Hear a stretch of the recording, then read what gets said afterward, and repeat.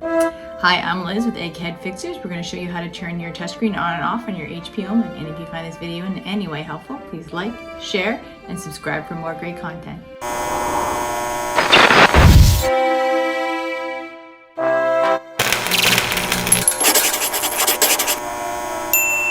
First thing you're going to do is go to File Explorer. And then you, now, unfortunately, we're going to have to use a backdoor approach to this because they don't make a real easy on and off button. You're going to go down to this PC and you're going to right click and then you're going to hit Manage.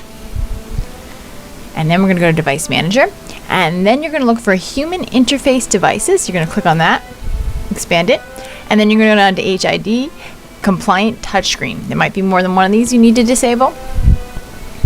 But just to show you, that you can just see my touchscreen right now is enabled because let me just do this, and then as you can see it click it's currently enabled. So and then I'm going to right click on this and I'm going to hit disable device. Yes, and let me just move my mouse to the side here. Alright, and then click, nothing happens.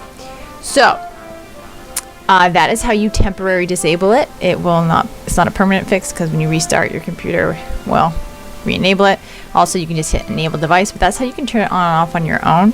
I'm going to leave mine on because I love my touchscreen. I don't like turning it off, use it all the time. But anyway, that is how you would turn off your touchscreen. Thanks for watching our video. If you found it in any way helpful, please like and share. If you like do-it-yourself computer repair videos, then go ahead and subscribe. If you have any questions or comments, leave them down below and one of our certified repair technicians will answer you. But anyway, from one egghead to another egghead, this is Liz signing out.